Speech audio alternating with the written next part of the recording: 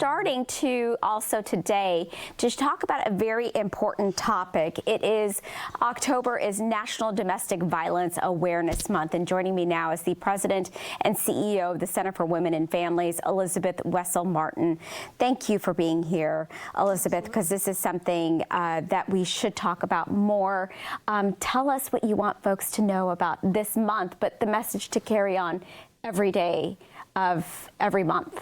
Absolutely. So yes, October is National Domestic Violence Awareness Month, and our theme for this year and for this month is let's talk about domestic violence. Let's talk about it loudly. Let's talk about it publicly.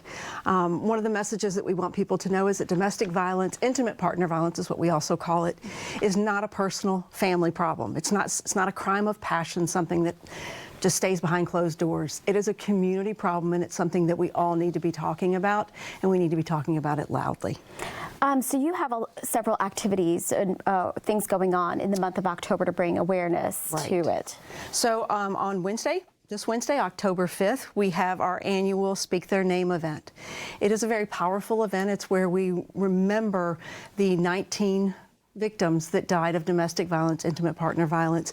And it's not only covering Jefferson County, but we cover all of the 7 counties and 2 in southern Indiana.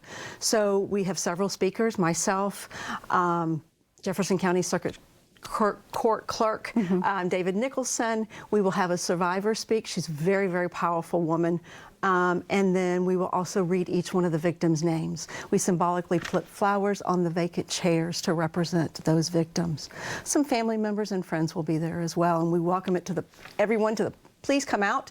It's at noon, Jefferson Square Park, and it's a time to remember the impact. And the Center for Women and Families has such a huge impact in our community, a place where people of domestic violence can go to have that place, a safe place to be at.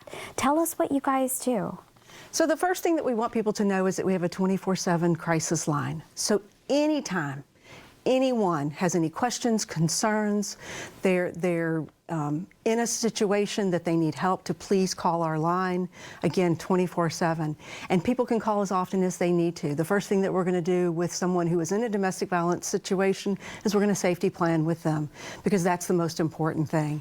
We can also answer questions, concerns from family members, coworkers, who want information on how I can support my friend, my family who's in that. We also have an array of community services. We have legal advocacy in the courts. We have hospital advocacy in all the hospitals. We do groups, we do education, and we also do have the emergency crisis shelter.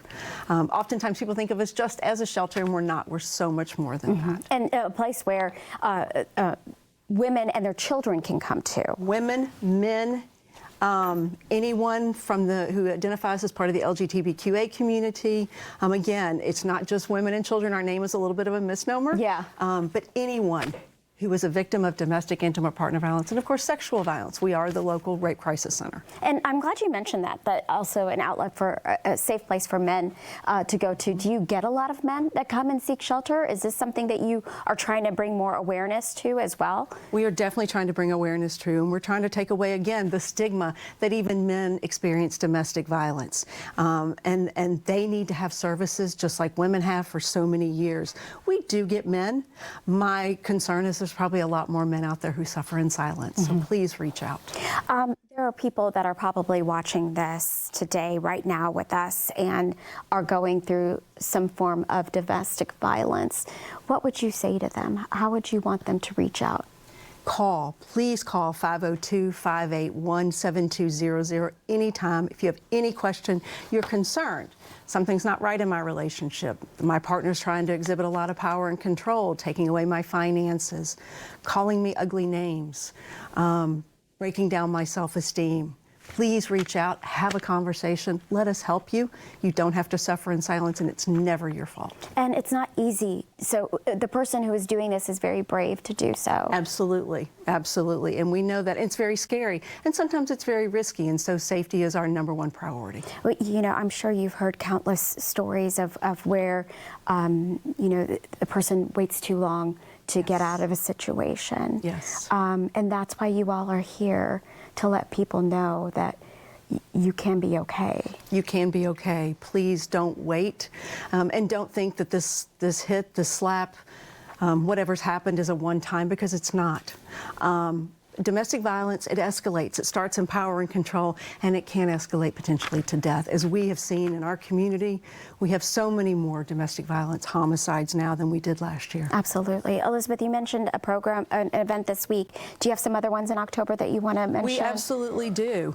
We have the Big Four Bridge Walk, which will be this Friday at noon. We also have a big fundraising week. You know, everything that we do is 100% free. And so we really depend upon contributions, donations, and grants to be able to serve individuals throughout this community. And so our fundraising week is from October 16th through the 22nd. And then Heine Brothers Coffee is one of our sponsors. And on October 27th, anyone who buys a pumpkin pie latte, $2 will come to the center. And then every Thursday, you will notice at the Lynn Family Stadium, their lights will be purple. Purple is domestic violence awareness color. And tell me, Elizabeth, before we go, for those, you know, who think that I just need to tough it out for my children, how does domestic violence impact kids? And there are 15 million children that we know in this country are victims of and experience domestic violence. One of the things that we know sometimes is that domestic violence and child abuse can often go hand in hand. Children are used as a weapon. They're used as an intimidation tactic. The victim is often threatened. But also just experiencing that, hearing that. Our parents are supposed to be the two people that we trust and love to keep us safe. And if they can't keep themselves safe, or if one is hurting the other, then my sense of safety is not going to be there either. Absolutely. And so that we know children who live in those environments experience a lot of challenges as they age. And nor do you want them to think or grow up feeling that this is a normal environment either. Yeah. Absolutely. Elizabeth, where can folks go to learn more information about the Center for Women and Families, the events that are happening in October as well? Please go to thecenteronline.org. You can go to our website, our Facebook page, our Instagram, and our Twitter. All right. All of those can give you the information. Okay. Thank you for everything that you do. Well, thank you for having us. We appreciate the attention you bring Absolutely. to domestic violence. We need to talk about it more. Thank you so much, Elizabeth. Thank you. Coming up next here on Wave.